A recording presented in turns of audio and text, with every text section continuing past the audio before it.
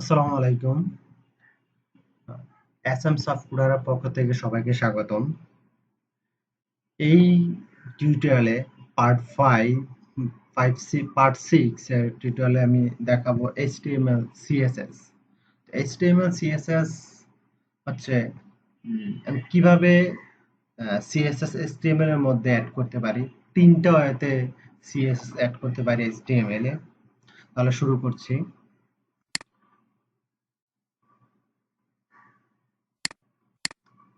ফাইলটা সেভ করে নেই।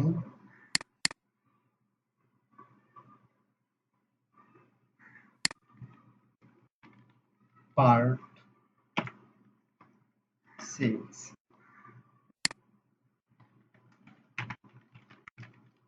.html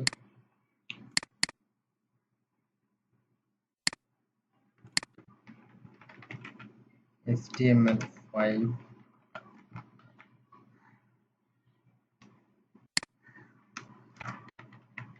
part 6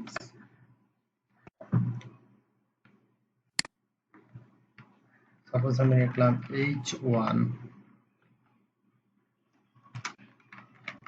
this is our padding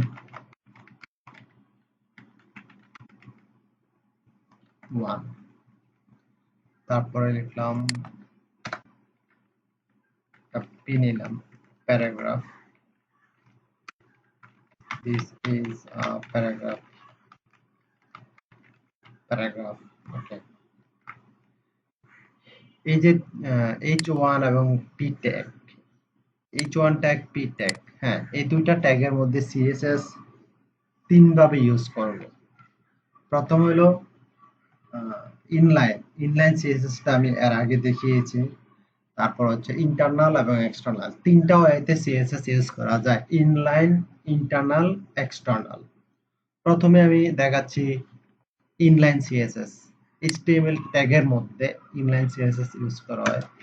STY style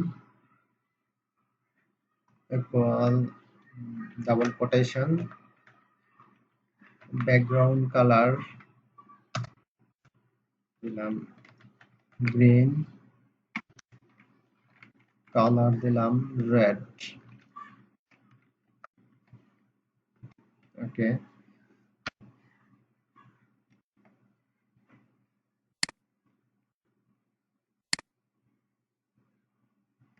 same এটা আবার এখানে দিয়ে দিলাম। এটা ব্যাকগ্রাউন্ড কালারটা চেঞ্জ করে দিই,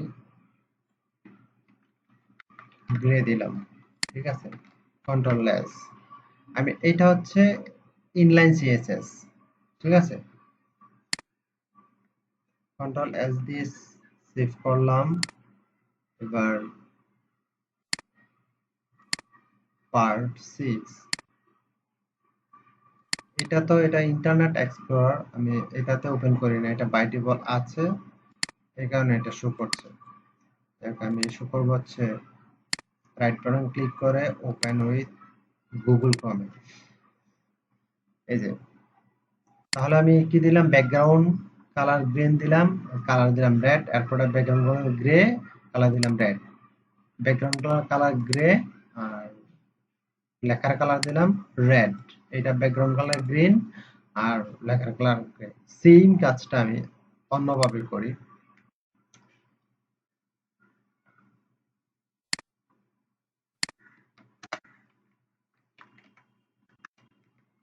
স্টাইল এতটুক না হলেও চলে, না দিলেও চলে, দিলেও সমস্যা নেই।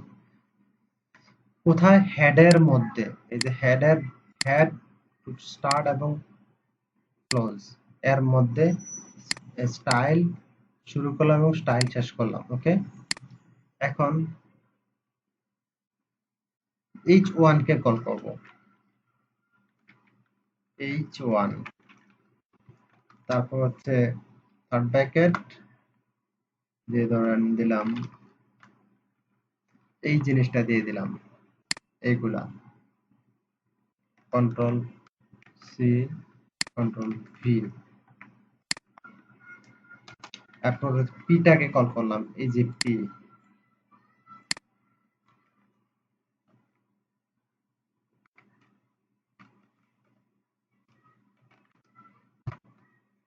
সেম এটা আবার নিয়ে গেলাম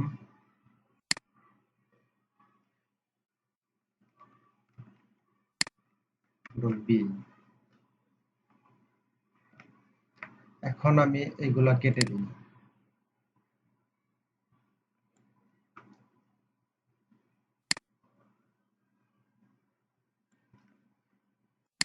কন্ট্রোল এল দিই, সেম রেজাল্ট থাকবে, এই যে কোনো চেঞ্জ নেই। সো আমি HTML ট্যাগের ভিতরে এটা হচ্ছে ইনলাইন, আর এটা হচ্ছে ইন্টারনাল, যে হেডের মধ্যে স্টাইল দিয়ে স্টাইলের মধ্যে ইন্টারনাল, এটা হচ্ছে ইন্টারনাল সিএসএস। ওকে, তাহলে কত হলো দুই ভাবে। আর তারপর হচ্ছে এক্সটার্নাল সিএসএস, সেম এই ব্যাপারটাই কন্ট্রোল এক্স দিয়ে কপি করে নিলাম। এটা থাকলেও সমস্যা নেই, এতটুকু না থাকলেও কোনো প্রবলেম নেই। এখন আমার নতুন একটা ফাইল ক্রিয়েট করতে হবে, এটা সেভ করতে হবে।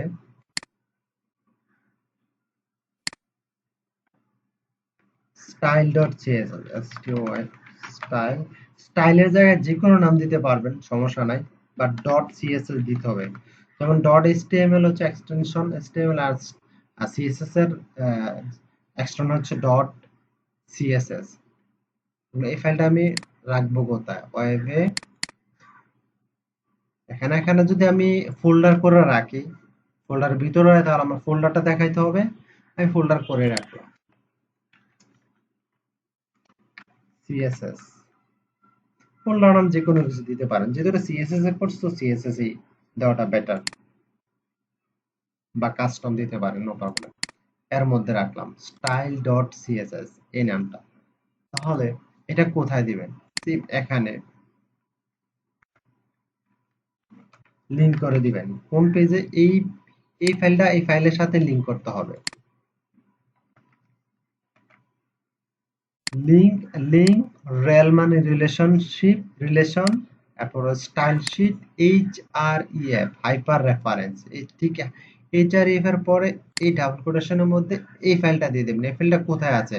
প্রথমে কি আমরা কি করছি? প্রথমে এই যে সিএসএস একটা ফোল্ডার ক্রিয়েট করছি, এটার ভিতরে ওই ফাইলটা, তার মানে আমার এই ফোল্ডারটা দেখাতে হবে সিএসএস,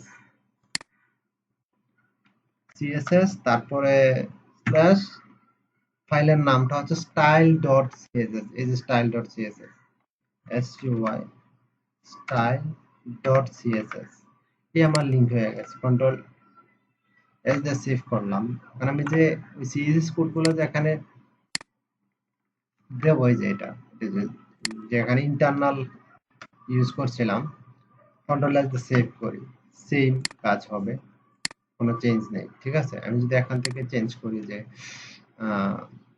এটা ধরেন দিলাম হচ্ছে yellow, আর এটা দিলাম ব্ল্যাক, কন্ট্রোল এস দিয়ে সেভ করি, দেখবেন চেঞ্জ হবে। ঠিক আছে, তাহলে আমি কয়ভাবে সিএসএস ইউজ করলাম? প্রথমে এই ট্যাগের মধ্যে স্টাইল দিয়ে ইউজ করলাম, তারপরে এর মধ্যে স্টাইল লিখে স্টাইল শেষ করে এর মধ্যে লিখলাম, তারপরে এক্সটার্নাল সিএসএস ইউজ করলাম আলাদা ফাইল ক্রিয়েট করে। তাহলে তিন ভাবে আমরা সিএসএস ইউজ করতে পারি।